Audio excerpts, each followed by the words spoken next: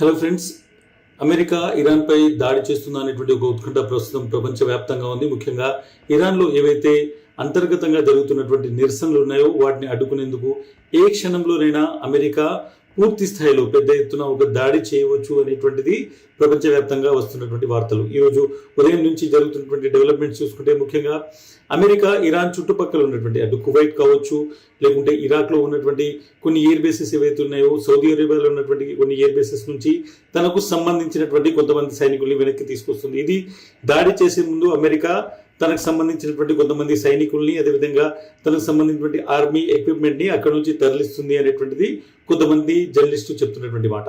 ఇక రెండో విధంగా చూసుకుంటే ట్రంప్ ప్రకటన కూడా వచ్చింది. ట్రంప్ ప్రకటన ప్రకారం కొంతవరకు ఏవైతే నిరసనలు జరుగుతున్నాయో నిరసనల మీద ఏదైతే ఒక ఉక్కుపాదం అక్కడ ఉన్నటువంటి ఇరాన్ రీజిమ్ ఏదైతే చేస్తుందో, ఇరాన్ ప్రభుత్వం చేస్తుందో అది తగ్గుముఖం పట్టింది. కొంతవరకు నిరసనకారులను హత్య చేయడము, అదేవిధంగా వాళ్ళ మీద దాడులు కొంత తగ్గాయి.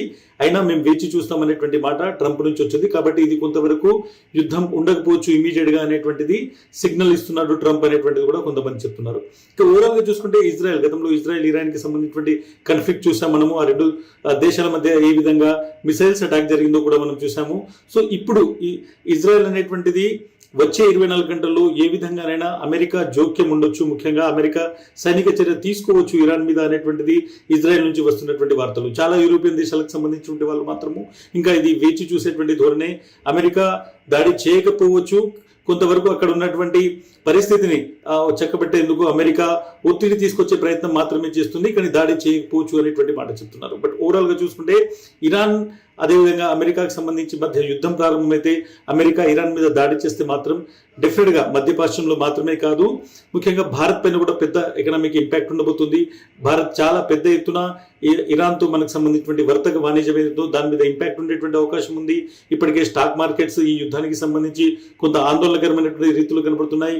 గత వారం చూసుకున్నా, ఈ వారంలో చూసుకున్న మార్కెట్స్ అన్ని కూడా చాలా వరకు డౌన్ ఉన్నాయి.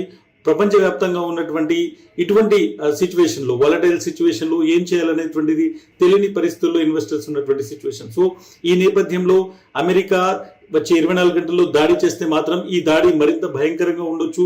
ఇది ఒక ఫుల్ స్కేల్ వార్ వైపు వెళ్ళొచ్చు అనేటువంటిది చాలా మంది పరిశీలకులు చెప్తున్నారు. అయితే రష్యా కూడా ఒక స్ట్రాంగ్ వార్నింగ్ అమెరికాకి ఇచ్చింది.